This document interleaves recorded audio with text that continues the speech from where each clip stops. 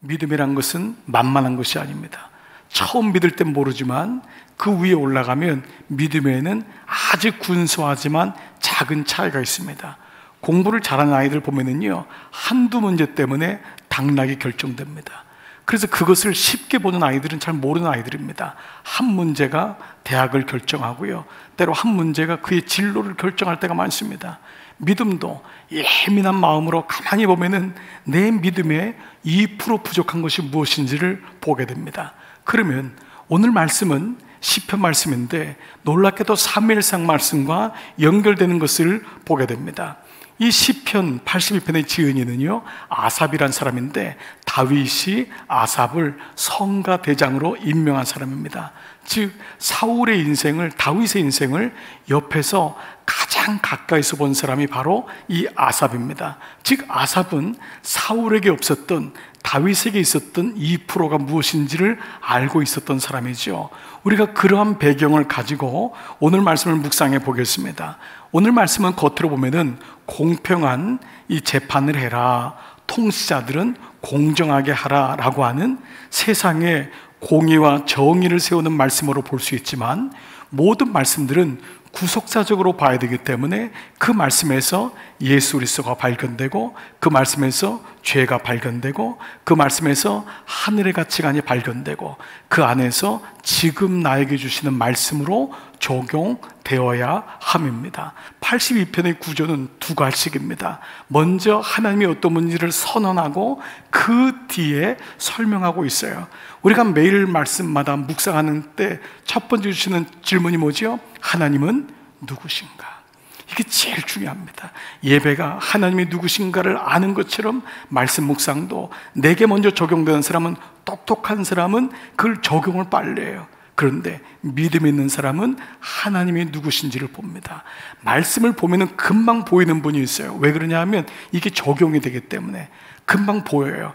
똑똑하신 분은 성경이 금방 보여요. 그런데 그 사람이 믿음 있다고 나지 않습니다.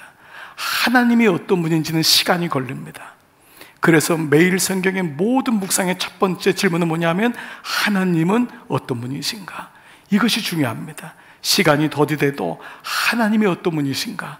그러면 그 하나님을 뭐라고 합니까? 오늘 1절 말씀 같이 한번 읽겠습니다. 시작. 하나님은 신들의 모임 가운데 서시며 하나님은 그들 가운데 재판하시느니라. 보십시오. 여러분, 이것은 그 당시 문학적인 배경인데 시인은 상상을 하고 있는 것입니다. 하나님이 모든 신들, 블레셋과 암몬과 모든 신들이 모인 가운데서 하나님이 그 가운데 서 계신다. 이것을 상상하는 것입니다. 이것은 또한 그 당시 문학적인 기법입니다. 그런데 여기 마지막에 그 가운데 재판하시느니라, 이 재판한다는 단어와 그 다음 말씀들을 보면은 이것은 신들에 대한 얘기가 아니라 바로 신들처럼 권위와 힘을 준 이 땅의 재판관들과 통치자들에게 하시는 말씀인 것을 알 수 있습니다. 그리고 또 하나님이 내게 그러한 힘을 주셔서 잘 다스려라, 잘 관리해라, 잘 통치하라고 한 나에게 주시는 말씀이라고 할 수 있습니다. 그런데 그 사람들이 어떻게 됐습니까? 2절, 너희가 불공평한 판단을 하며, 여기서는 하나님 없는 판단이란 뜻입니다. Unjustice judgment, 하나님이 없이 된 판단을 해요.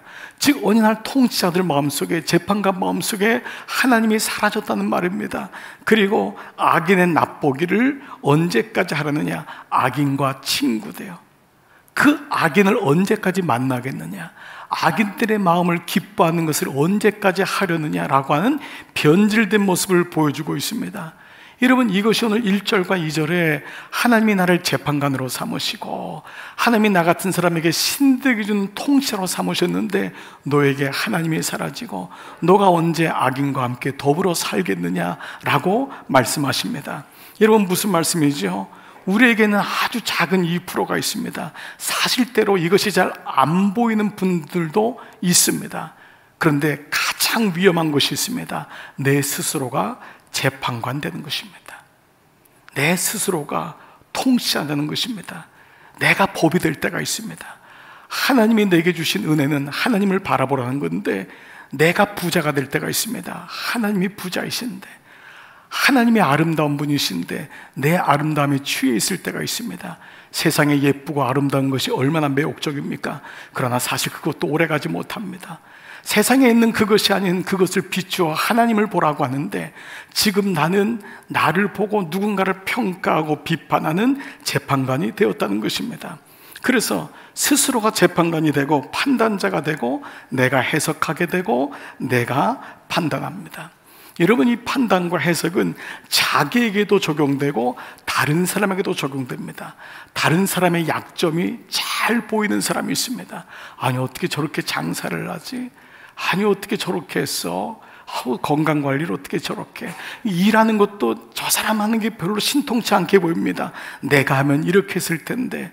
근데 그런 경우가 오늘 사실 말씀의 부분인데, 이것이 필연적으로 가는 코스가 있습니다. 바로 정죄입니다. 정죄.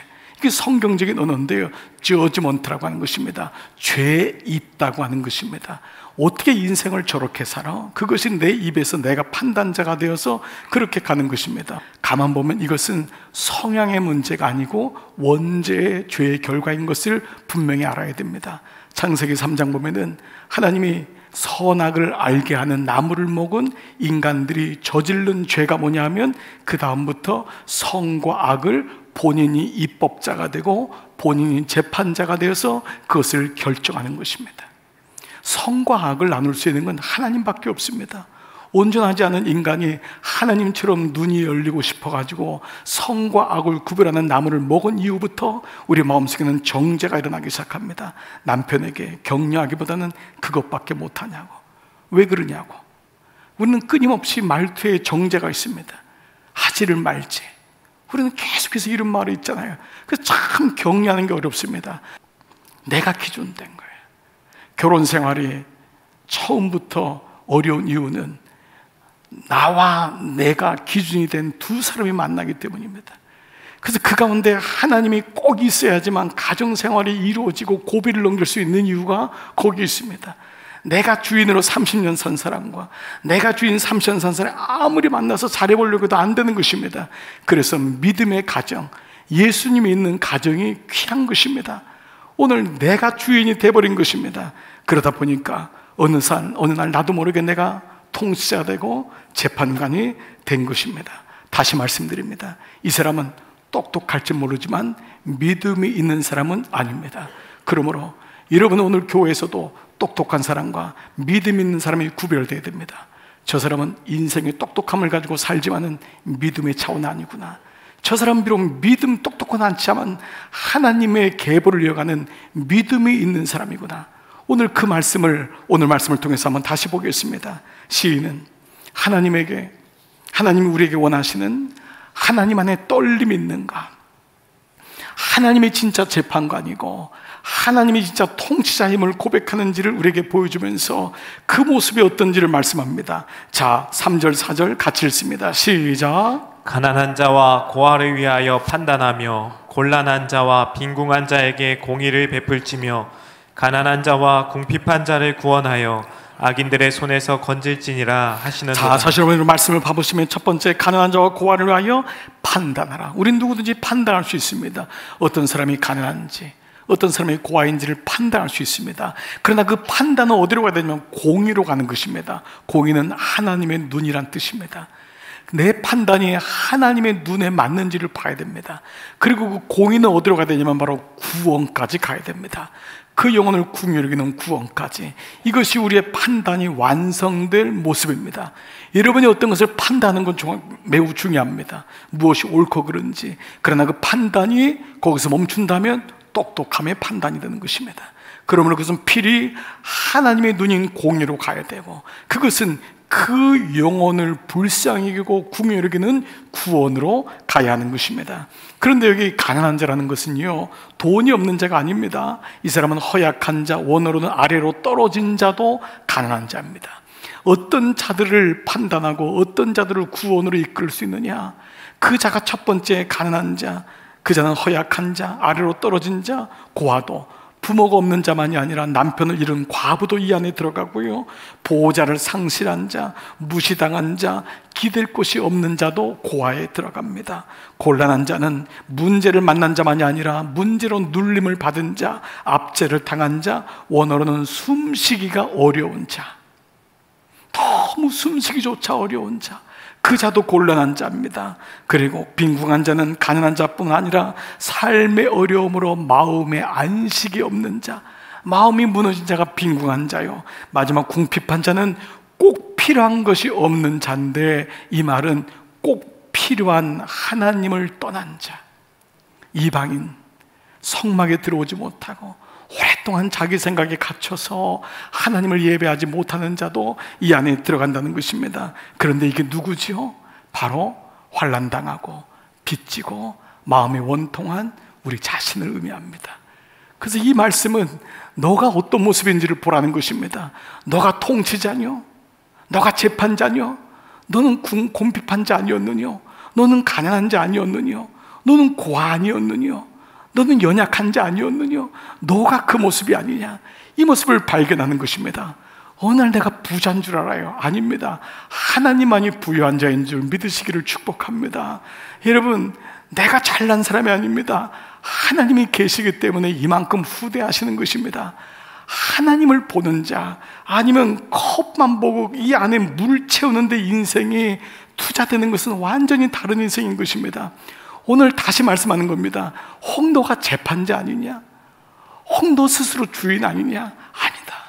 너는 고아고, 너는 가난한 자고, 너는 궁핍한 자고, 너는 연약한 자고, 너는 환난당한 자고, 너는 빚진 자고, 마음이 원통한 자라는 것입니다. 그래서 그 다음 말씀에 그들은 너희는 알지도 못하고 깨닫지도 못하는도다. 너희는 이것을 알지 못하는구나, 깨닫지도 못하여 흑암 중에 왕래하니, 하나님 말씀이 들리지 않으니 알 수도 없고, 말씀이 해석되지 않으니 깨달을 수도 없게 되어서 알지도 못하고 깨닫지도 못하여 흑암 중에 왕래하니, 영적으로 어둡다는 것입니다. 하나님 말씀이 잘 안 들리는 것입니다. 그래서 어떻게 됩니까? 6절 7절 내가 말하기를 너희는 신들이며 다 지존자의 아들들이나 하였으나 너희는 신과 같은 성품을 주었고 자녀이고 지존자고 가장 존귀하다고 했는데, 그러나 너희는 알지도 못하고 깨닫지도 못하니 사람처럼 죽으며 고간에 하나같이 넘어지로다. 우리 인생에 닥친 것이 무엇입니까? 죽음입니다. 어떤 분은 나이가 70 넘었는데도 늘 제게 건강을 자랑하는 분이 있습니다.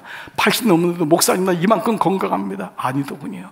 인생은 어느 순간에 약하다고 하는 분이 오래 사십니다. 우리 교인들도 보니까요, 늘 아프신데 장수하세요. 어떤 분은요, 건강하다면서 심장마비로 가십니다. 여러분, 인생이란 게요, 내가 할 수 있는 게 인생이 아닙니다. 그래서 하나님은 뭐예요? 죽음이 있다. 모든 사람이 죽는다. 모든 사람이 고간처럼 넘어지는도다. 인생이 크게 다르지 않습니다. 저 사람은 어떻게 저런 인생을 살지? 아닙니다. 이 사람도 나도 똑같은 고난 속에서 살아가는 것입니다. 인생이 크게 별반 다르지 않다는 것을 오늘 보게 되는 것입니다. 나발을 보십시오. 하나님의 신들과 같은 부를 주었습니다.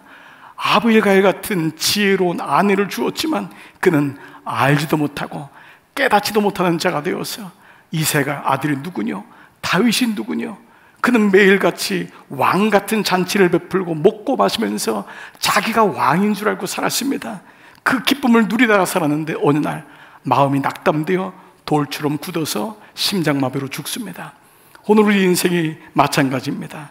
그렇기 때문에 우리가 어떤 생각을 가지고 어떤 길을 걷고 어떤 마음의 묵상하냐에 따라서 그 사람마다 그 생각과 묵상과 같던 길이 축이 됩니다. 우리가 사울의 계보를 따르지 말자는 것은 사울의 계보가 바로 언어적인 유의지만은 똑똑한 비판의 축이 있었기 때문입니다.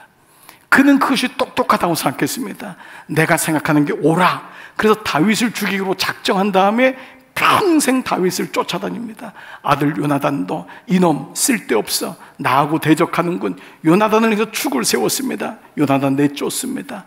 그는 딸 미갈도 다윗하고 결혼시켰지만 마음에 들지 않으니까 다른 집으로 시집 보냅니다. 뭐지요? 똑똑한 비판의 축이 그 안에 있는 거예요. 그런데 반면 무엇이 다윗을 하나님의 마음에 기뻐하는 자로 만들었을까? 이 바보 같은 사람들 보십시오. 아버지와 형들에게 인정받지 못하고 그렇게 왕따 당하는데 아무 얘기도 안 하는 거예요. 아버지는 이 아들의 존재 가치도 몰라요. 큰형은 이 동생 정말 양만큼이나 볼까? 양치지 왜 여기 왔냐? 네가 지금 장난으로 하느냐? 이렇게 대접받지 못하는데도 아무 말 하지 않습니다. 골리앗을 넘어뜨린 대가는 13년 동안 광야 생활이었는데 다윗은 한 번도 자기 인생을 불평하지 않습니다. 이런 바보 같은 인생이 어디 있습니까? 자기를 따라서 아둘람에 들어온 사람 환난당하고 빚지고 마음이 원통한 자 400명, 자기도 힘든데 가난한 사람, 마음이 원통한 사람, 이 사람 400명이 하는데 이 사람을 거둬먹입니다. 이런 바보 같은 사람 어디 있어요? 어느 날 그렇게 자기를 죽이겠다고 하는 사울이 눈앞에 있는 거예요. 2번이나 기회를 줬다고 옆에서 죽이십시오, 이때가 기회입니다 하는데 이거를 못 죽여요. 손이 덜덜덜덜 떨려가지고 옷을 베는데도 마음에 찔려서 못 죽이는 이런 바보 같은 인생이 어디 있습니까? 블레셋 아기스 왕에게 얹혀 살면서 한 번 그게 바른 소리 하지 못하고 1년 4개월 동안 새빵살이하면서 말 한 번 못한 게 인생이 다윗 이 바보 같은 사람이 어디 있습니까? 그래서 블레셋에서 이긴 다음에 전리품을 가지고 얘기했는데 600명이 가다가 200명이 못 갑니다 했더니 200명에게 그 사람 전쟁에 가서 칼 한 번 쓰지 않은 사람인데 그 사람들에게도 똑같이 전리품을 나눠주는 이 바보, 산수도 못하는 이 바보가 어디 있습니까? 게다가 전리품을 자기를 탐탁치 여기지 않는 유대의 장로들, 지파 12지파의 장로들에게 그렇게 선물하는 이런 바보가 어디 있습니까? 전쟁터 가는데 애굽 소년이라고 주인에게 버림받은 애가 굶고 있으니까 그에게 포도주하고 떡을 주는 이런 바보가 어디 있어요?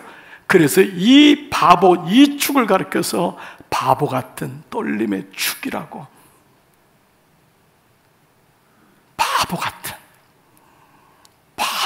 눈치도 없고 재빨리도 못하고 인생이 좀 빨라야 되잖아요. 뭐 하면 집도 사면 청약도 좀 빨리 하고, 누가 하면 아파트 하나 할 때 2개도 사고, 늘 전세에 있고 늘 월세에 있고, 이 바보 같은 사람 말이에요. 그런데 하나님이 이 바보 같은 다윗을 후대하시는 거예요. 이 바보 같은, 왜냐하면 이 바보에는 떨림이 있거든요. 떨림에. 그러면 가나안에서 떨림이 있을까요? 가나안에도 떨림이 없는 사람이 있습니다. 부함에는 떨림이 없을까요? 부에도 떨림이 있는 사람이 있습니다. 중요한 건 그 안에 하나님이 있냐 없냐예요. 자기는 안다고 생각하고 자기는 인생을 잘 산다고 생각하지만 자기가 늘 최고인 줄 압니다. 자기가 제일 똑똑한 줄 압니다. 겉으로는 그렇게 얘기 안 하지만 속엔 늘 그 마음이 있습니다.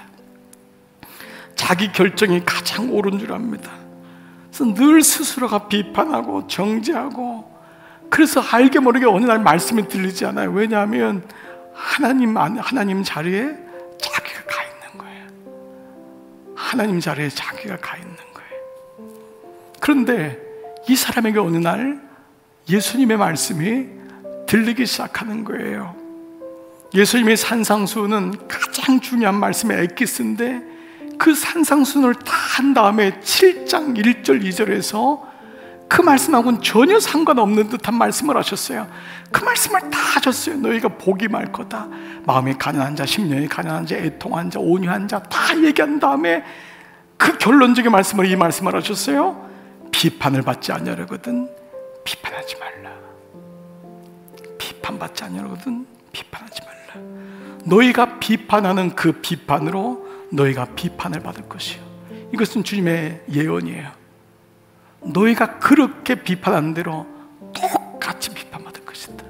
이것은 내 인생에 임하지 않으면 우리 자녀에게도 임하는 거예요. 예언은 성취되기 때문에. 그래서 이것을 끊어야 돼요. 끊지 않으면 평생 비판하는 인생으로 삽니다. 이 세상의 구조가 이렇기 때문에 흑백 논리로, 정치 진영으로 바뀌어서 모든 사람들에게 비판하라는 거 아니에요. 모든 사람들을 정치화시키는 거 아니에요. 근데 하나님 말씀에서 그 주님이 뭐라고 해요? 비판하는 그 비판으로 너희가 비판을 받을 것이요. 그런데 소망의 메시지가 있습니다. 너희가 헤아리는 그 헤아림으로. 근데 웬일이에요? 헤아리는 헤아림으로, 너희가 궁유를 베푸는 그 궁유로, 그 관대함으로 너희가 헤아림을 받을 것이니라. 저는 이 말씀에서 한 가지 분명히 깨닫는 게 있습니다. 이게 2%라면 여러분이 여러분의 인생을 하나님 앞에 볼 때 그래도 후대하시다고 생각하는 것은요, 여러분이 어떤 판단을 잘해서가 절대 아닙니다. 이 말씀의 묵상대로는 여러분이 알게 모르게 헤아렸던 적이 있어요. 알게 모르게 여러분 인생에서 누군가를, 여러분 자신을 헤아렸던 적이 있는 거예요. 비판의 영인 날카로워 그렇게 살다가도 어느 날 웬 은혜입니까? 내가 헤아리고 있는 거예요. 내가 헤아리고 있는 거예요. 그 은혜가 있었던 것, 하나님이 내가 몰랐던 것, 내가 모르고 했던 걸 기억하시고 후대하시는구나. 다윗이 아마 천국에 갔을 때 하나님께 그랬을 거예요. 하나님, 도대체 이유가 뭐예요? 저 사울은 이렇게 되고 네가 그때 바보 같았거든. 네가 그때 바보같이 떨렸거든. 네가 그때 바보같이 살았거든. 근데 내가 그것을 알기 때문에 내가 너를 후대해 준다는 거예요. 후대는 하나님이 갚으신다는 것입니다. 오늘 그 믿음이 있기 때문에 이 자리에서 예배 드리시는 줄 믿습니다. 저는 여러분에게 세상의 은혜도 이왕이면 있기를 바라지만은 하나님의 후대하심이 있기를 축복합니다. 여러분 자녀의 길이 열려지기를 바라요. 정말 바른 판단하기를 바라요. 그러나 하나님의 후대하심보다 그 판단이 앞설 수는 없는 것입니다. 그렇습니다. 그래서 오늘 마지막 13절에 사무엘상 31장 13절 그 마지막 절에 그의 뼈를 가져다가, 사울의 뼈를 가져다가 야베스 에셀나무 아래에 장사하고 7일 동안 금식하였더라. 길르한 야베스, 그 가난한 땅, 천박한 땅, 쳐다보지도 않는 그 땅에 에셀나무 아래. 에셀나무의 뜻은요, 에셀나무는 상수리 나무입니다. 그래서 변하지 않는 상수리, 그래서 항상 있다. 광야에서 4계절 동안 그늘을 제공하는 게 유일하게 상수리 에셀나무입니다. 근데 이 에셀나무의 뜻이 뭐냐면 영원하신 하나님이 다스리신다. 영원하신 하나님이 다스리신다. 그 파란만장한 사울, 인생을 살았던 사울의 마침은 결국 영원하신 하나님의 다스리심 안에서 끝내게 된 것입니다. 하나님이 그마저도 품어주셨다고도 말씀에 묵상이 될 수 있을 것 같아요. 사울이라고 그런 인생 살고 싶었겠습니까? 그러나 그의 보채 많았던 인생, 비판에 똑똑한 인생, 결국 영원하신 하나님의 다스림 안에서 멈춰 쓴 것입니다. 사랑하는 여러분, 살아가면서 이만큼 믿음 생활했는데도 끊임없이 누군가에 대한 비판이 생기거나 정죄감이 생길 때가 있습니까? 그때마다 그 자리를 잠깐 멈춰 보십시오. 하나님이 기뻐하지 않는구나. 하나님이 나를 후대하셨는데 내가 뭘 똑똑하다고 다른 사람의 인생을 향해서 손가락질하고 그것밖에 안 된다고 얘기할까? 하나님이 나 같은 사람도 나도 너를 정죄하지 아니하노니 했는데 그때마다 숨을 깊게 들이마셔 보십시오. 그리고 아침 새벽 큐티를 들으십시오. 그리고 오후에 그 말씀을 다시 적용해 오십시오. 하나님, 내게 말씀이 들려지게 하옵소서. 말씀이 깨달아지게 하옵소서. 그 말씀이 축이 되어 살아갈 때만이 에셀나무 밑에서 인생이 멈춰지는 것, 이 진리를 알게 하옵소서. 오늘 우리 모두 에셀나무 밑에서 여러분의 마음을 장사 지내 보십시오. 그 마음이 안 되면 7일 동안 금식하며 주 앞에 기도해 오십시오. 어떤 자입니까? 알지도 못하고 깨닫지도 못하는 자에서부터 아는 자, 깨닫는 자의 인생으로 하나님 우리를 회복시킬 것입니다. 이제는 알지도 못하고 깨닫지도 못했지만 이제는 알겠습니다. 이제는 깨닫겠습니다. 여러분, 떨림의 축이, 말씀의 축이, 은혜의 축이 여러분 인생 가운데 날마다 중심되기를 주의 이름으로 축복합니다.